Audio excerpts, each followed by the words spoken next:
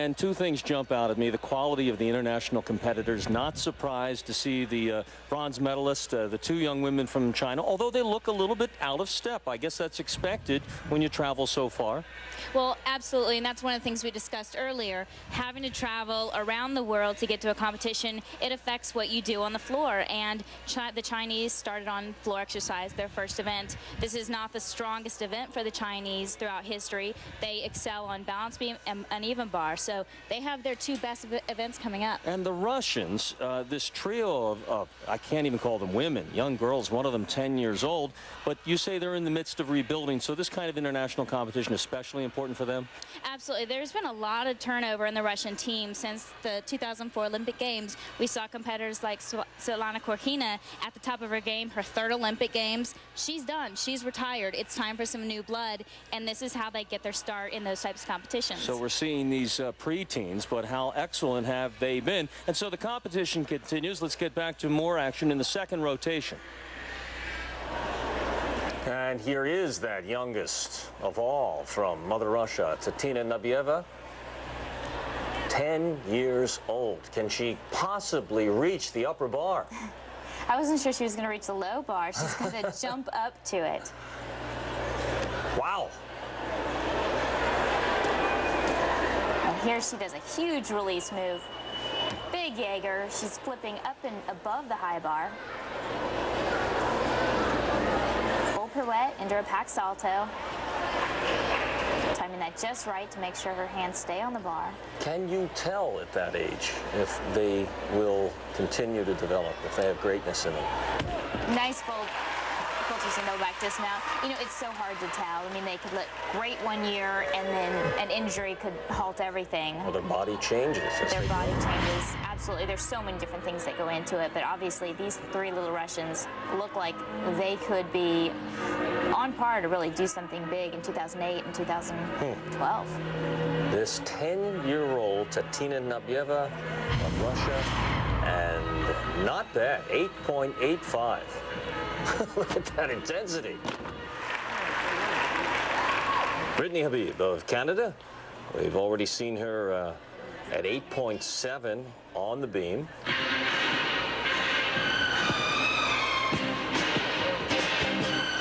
And here on the floor exercise.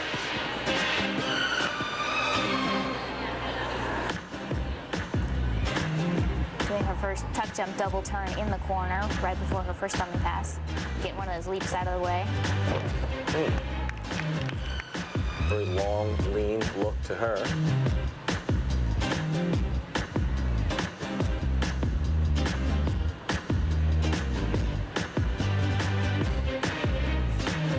Definitely having some fun with her music.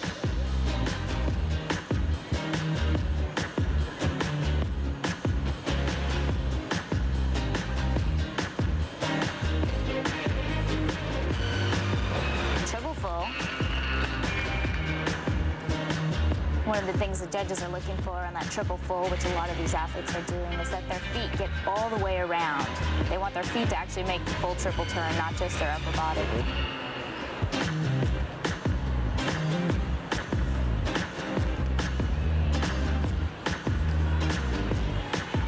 Cat leap double, cat leap 1.5. Pretty common leap series.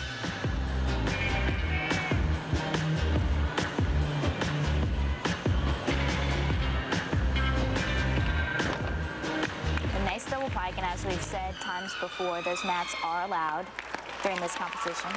Little extra padding there. Brittnee Habbib, who scored 8.7 on the beam. One of the things we want to look at for Brittnee are the tiny deductions, the form deductions, flexed feet right there in the air where her feet came apart and kind of twisted. Those are going to be tiny deductions that she'll need to clean up before any major competitions, major international competitions. Judges can see that too without instant replay. They can. They get pretty good at seeing those over time, being able to pick those out. 8.4, they picked out a few flaws. 8.4 for Habbib of Canada. And here's Kayla Hoffman of the United States. You saw her very entertaining floor exercise, and she scored 8.8 there. Here's the vault. Nice strong run. Ooh. Good block, Yurchenko layout full twist. That explosion we saw on the floor almost looked like one of her tumbling passes here. And this is great. You can watch the height and power she gets, but also watch the distance away from the horse. Yeah, she almost goes off the end of the mat. Big vault. Kayla Hoffman, her coach, likes it, and so do the judges. 9.075.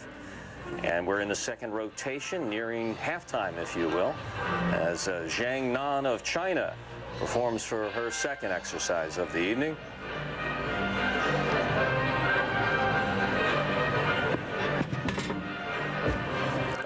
And she opts to do a little bit less difficult vault, a Yurchenko layout. She actually opens up a little early for that landing, brings her hands away from her legs, which makes her a little short on that landing. I see. And it may have cost her 8.625, the score for the Olympic bronze medalist from China. Seich of the United States. Third on vault at the Parquet Invitational on this event. Nice high layout Yurchenko. A lot of distance away from the horse. Of course, when you're doing a less difficult vault, you want to make sure that you're sticking those landings and keeping your form. And be as near to perfect for the difficulty of the vault. And let's see how they reflect in her score. She had 8.45 on the floor, now 8.85. Seich of the United States. And another American competitor, Coccia, who started off very well on the vault, 9.075, now on the bars. And she is looking to qualify to nationals this year, hoping to make the national team. Nice free effect.